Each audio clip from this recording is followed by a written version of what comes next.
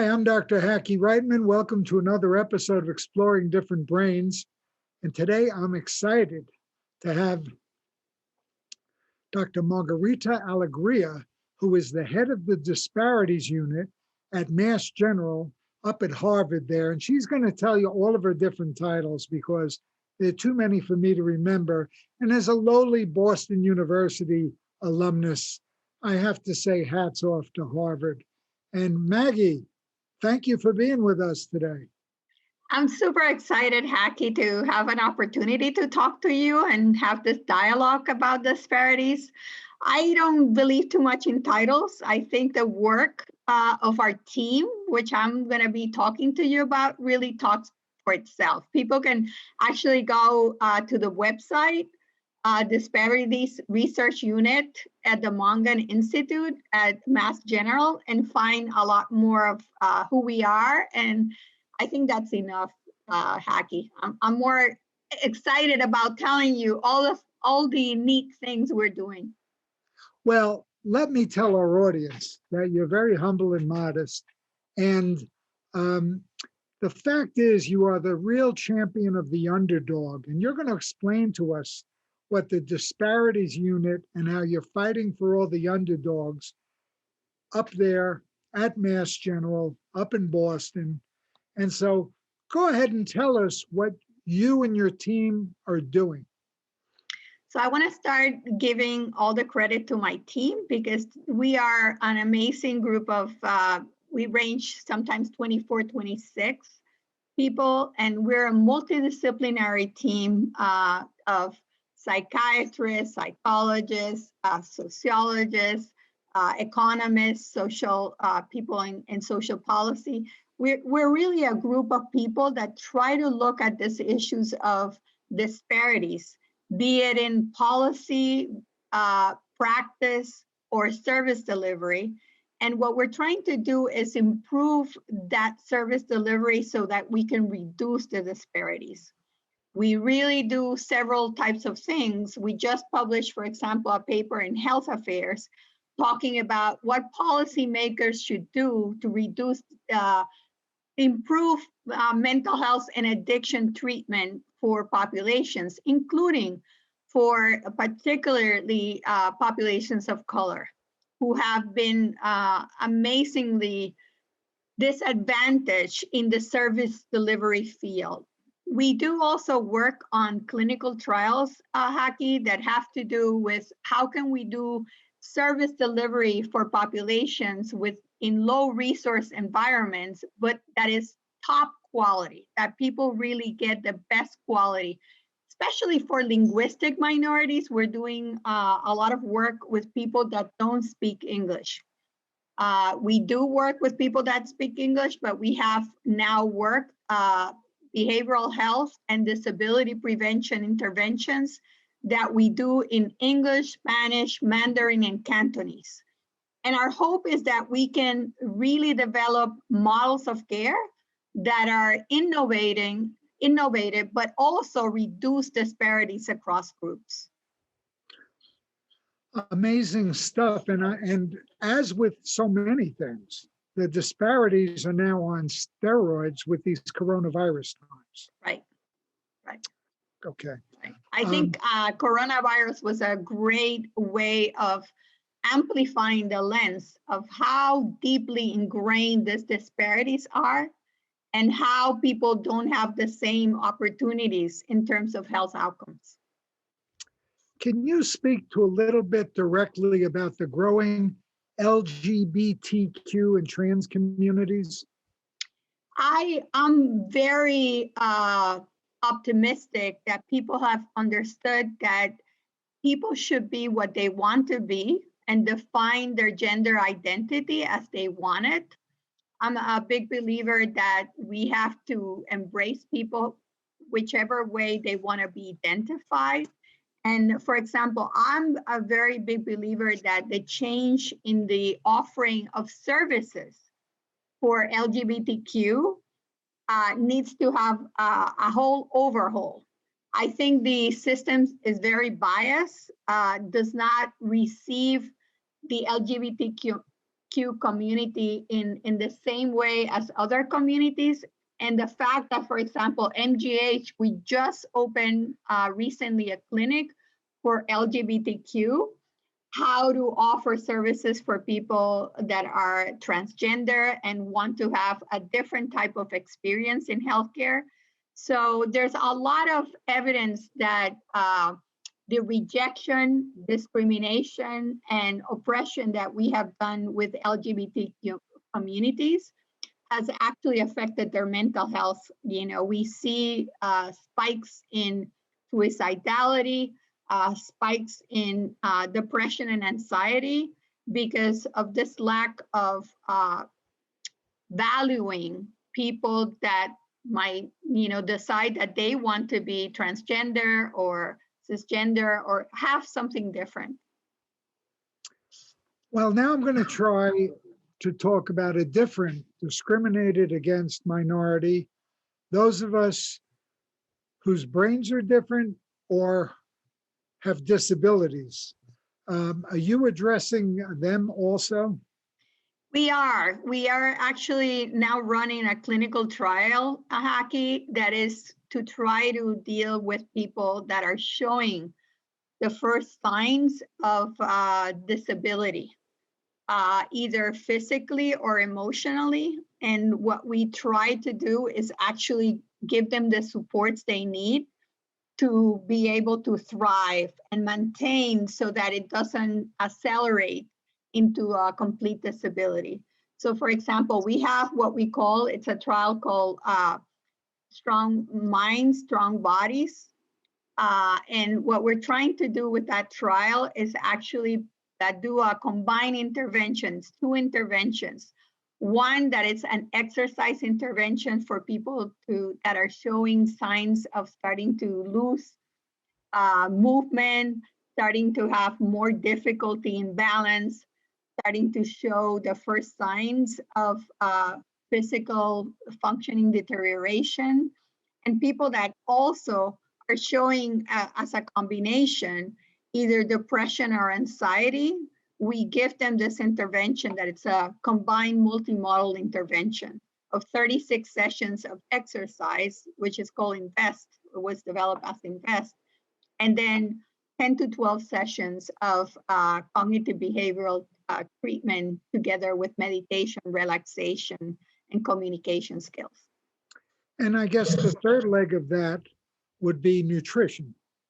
You know, we talk not only about nutrition, thanks for raising that. We don't only talk about nutrition, we also talk about sleep, because we think all of these things are intertwined.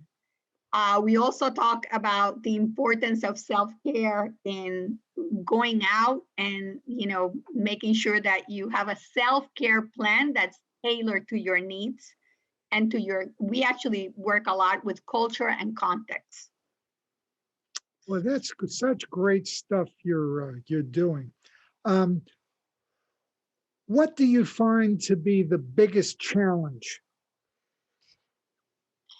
The biggest challenge, I think, is the narrative, changing the narrative, Haki. I think people have made a narrative of why we have disparities that is very focused on people are just not trying hard enough, or people are not really working, you know, they're weak, they have some failures, they have some maybe mental health susceptibilities. And I think that that's a very victimizing the victim mentality that we have supported. And so I think now COVID has helped us see that a lot of the outcomes of the health outcomes of populations of color have to do with what are the offerings for them, what are the decision-making things we do for them. For example, when we decided to give ventilators to people, decided to exclude from ventilators people that had chronic conditions, that actually was a decision that affected people of color because they're more likely to have chronic conditions. So that was an example of a decision that was made probably with a good intention, but actually it's a decision that harmed people of color at the moment that that was the guideline treatment. So I think like that, we make a lot of decisions that are actually harmful to our populations of color. I would also, it's interesting because let's just talk about mental health for a minute. I was asked to be part of the Broward Mental Health Summit down here and to speak about neurodiversity because most of our psychologists and psychiatrists, and I'm an MD doctor, orthopedic surgeon, but which we're smart like bulls, but anyway, um, MDs get zero training in neurodiversity. So for instance, we don't know, nor do many people working suicide lines, that if you have high functioning autism, your rate of suicide and attempted suicide is 10 times the average. If you have ADHD, it's 3 times the average. And so these getting these educated and getting them access to care is a difficult thing. So I'm sure that your disparities unit is addressing the disabled and the autistic and the mental health issues.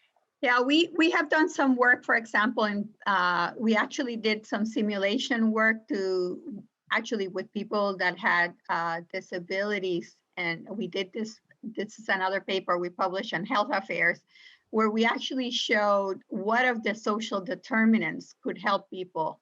And we found employment, coaching on employment and supported employment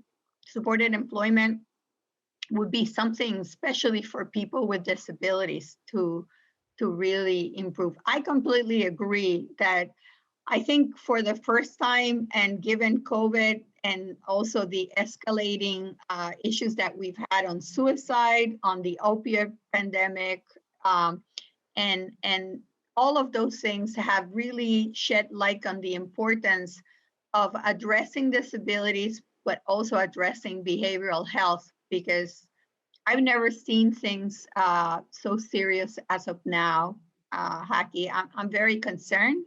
I'm especially concerned for young people.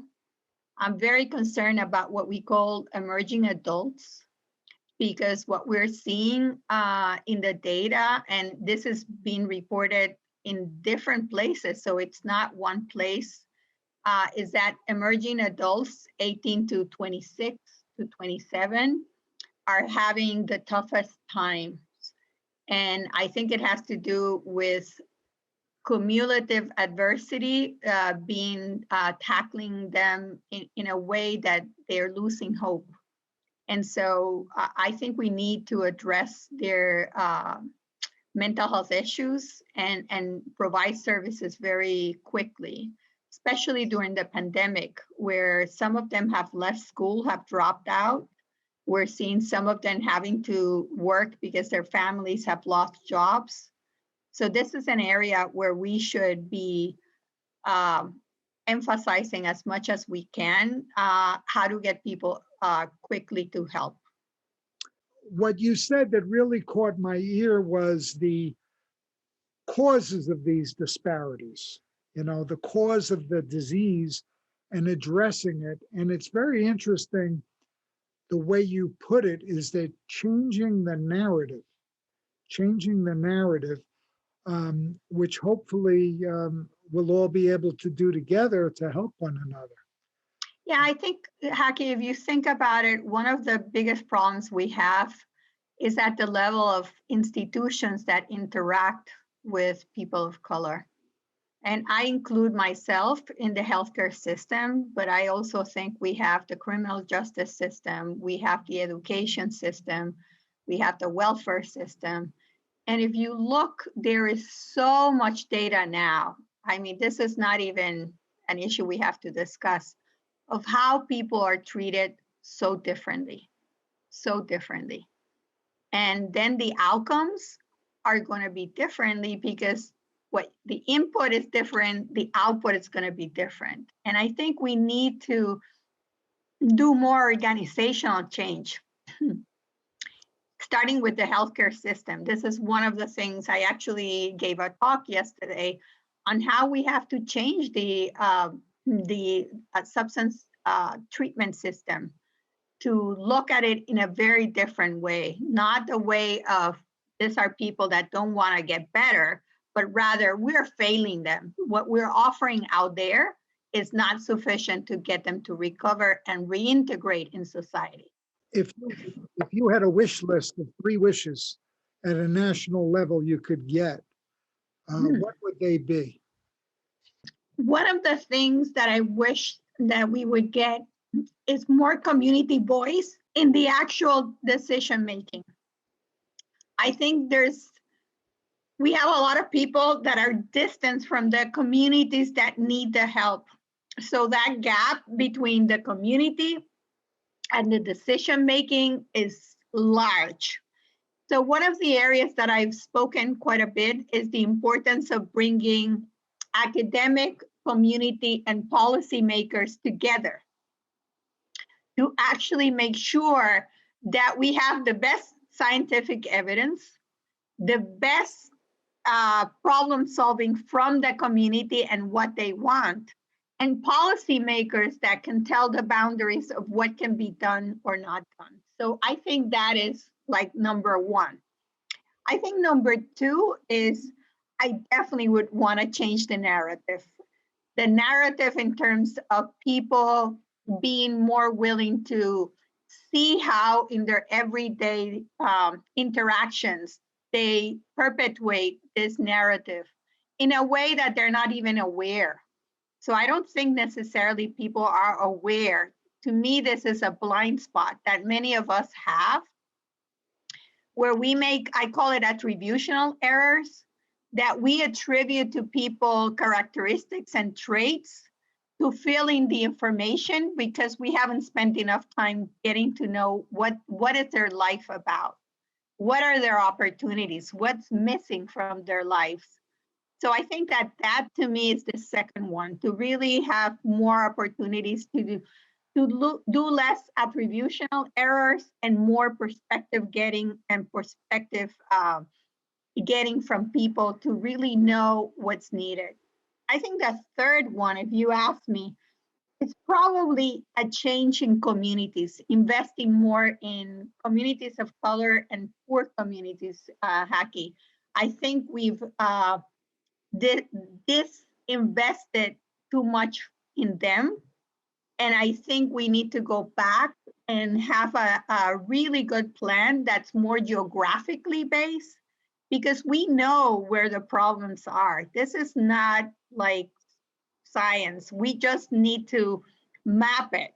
And then based on those, that geographical identification of where are we doing poorly, what we need to do is how can we invest more on that. And that's what I think we need to do in terms of like what I think the Biden administration is really thinking about reinvesting in poor communities and communities of color. And I think that's a very good plan. I would really bring the community to make sure that what we're doing is what they really need and not what we think they need. It's planning with them rather than for them. Very well put. And some very creative ways are underway to appeal to the private enterprise profit motives through tax structure, tax credits, but also providing services that they're good customers there in many different ways. So those enterprise zone variants and other methodologies of going in there and making that. Also on the medical school front is getting the people who are admitted to medical school, people of color especially, to serve in these areas, Right. very, right in those areas, which is tough. It's tough to do, but we have to figure out creative ways to do that. Well, I think it could be incentivized, Jackie, with loan repayment. I think you could incentivize that, by different mechanisms. We know that doctors of color tend to dedicate more to communities of color. That's been shown. So it's more like, how do we repay for that service that it's, like you're saying, more difficult? Sometimes it really, the infrastructure for service delivery is limited. So that's where I think we could do more. And definitely, I think we're thinking a lot more of how can we make sure that places like Harvard, like all of those places, really do an incredible approach of embracing and making our students of color feel like, you know, they belong. We want them. We really need them to help us change the culture. What are the specific research projects, if you'd care to talk about them, that you have going on presently? So let me start by telling you about a project that we're very excited about. It's a project on trying to improve substance use treatment. And it's a project that's funded by the National Institute of Drug Abuse, where we actually are doing what's called mixed methods. We're actually collecting, we have data from Medicaid looking at what's called performance indicators, indicators that suggest that you're giving good services on substance use treatment. And then we also have a qualitative component where we interview policymakers, administrators of insurance plans, clinicians, and patients. And then we join that data and work with the state. We're doing this in the state of New York to try to see how, between the data we're finding and the information that all of the stakeholders are giving us, we can do a better job in servicing the population in Medicaid for substance abuse. So we're actually doing that, and we're learning a lot, and we're writing about it right now and working in partnership with the policymakers there. The second project we have is one that I started talking about, which is on disability prevention. We know for a fact that people of color, as you know, they live less and they become disabled at a younger age. So one of the things we're very interested is to try to lessen that gap. And we're identifying people early that are showing disability and actually trying to give them a combined program that has a physical health component, of exercise, of strengthening, of building balance with, BEST and steppers. And then we're doing a program for when they start getting depressed, anxious, how to cope with the stress that they have in their lives so that the disability is decelerated. So that's the second project we have. We also just recently got a project that's actually, I think, very important, which is looking at discrimination of immigrant populations. And this is with youth in Indiana. It's called the Avanzando Project. We are following 340 families of Mexican American youth in I would say, a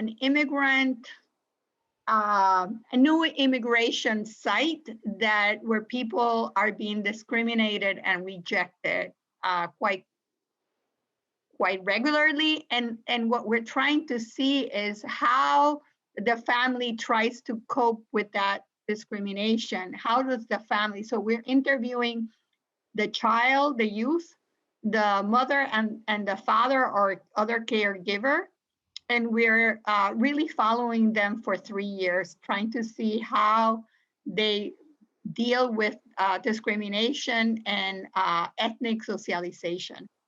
And so we're hoping to learn a lot of how these things happen in time so that we can develop interventions for them.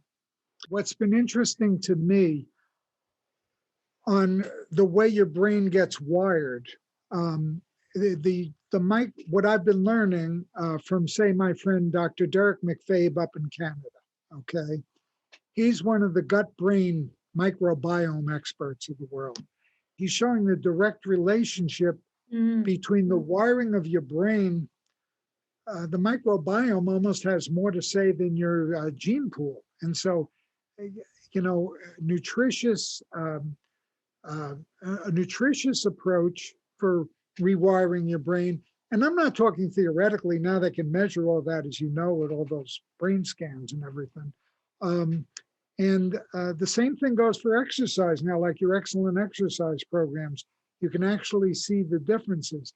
right. How hard is it to get the proper nutrition to the communities you're speaking about? Well, I mean, I think one of the terms that has become more in vogue is the food desert areas that we have in this country, and then the difficulty for people to access vegetables, access good fruits, and how it really becomes very hard. I think this is something that, like you're saying with your program with youth, giving them food. We know there's a very strong correlation between food insufficiency and mental health outcomes. That, that's why giving youth a nutritious, free foods is so important. But one of the things you said, Haki, is exactly what we recently were in a panel on the environment and mental health. And what you're saying is the food deserts, but also that affect, your brain.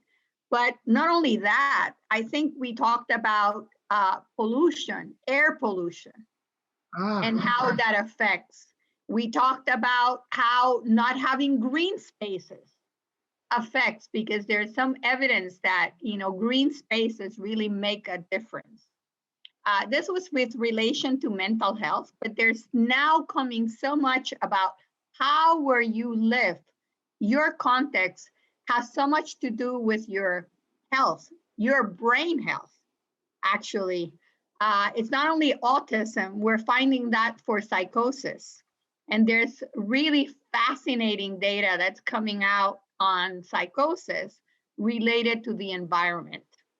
Parkinson's disease, so all of this is really an area that we should be focusing more rather than blaming the victim, as I say. How can people find out more about you? I would say if they want to find more about us, because again, I represent a team, I would say to go to the website of the Massachusetts General Hospital, the Mongan Institute, and look for the Disparities Research Unit. There we have a lot of information, and people can always, there's my email, and they can contact me if they want, articles, or they can actually go to ResearchGate. Almost all my articles or my papers are there in ResearchGate, so people can feel or contact me to get them. I'm happy to give them out. Well, Dr. Margarita Algaria, who's a professor in the departments of medicine and psychiatry at the very prestigious Harvard Medical School and chief of the Disparities Unit at Mass General. And on behalf of your whole team, because I love the way you give credit to you can't do it without the whole team. Thank you so much for being with us here at Different Brains, and thanks for all you do for so many. Thank you, Haki. Happy to have you.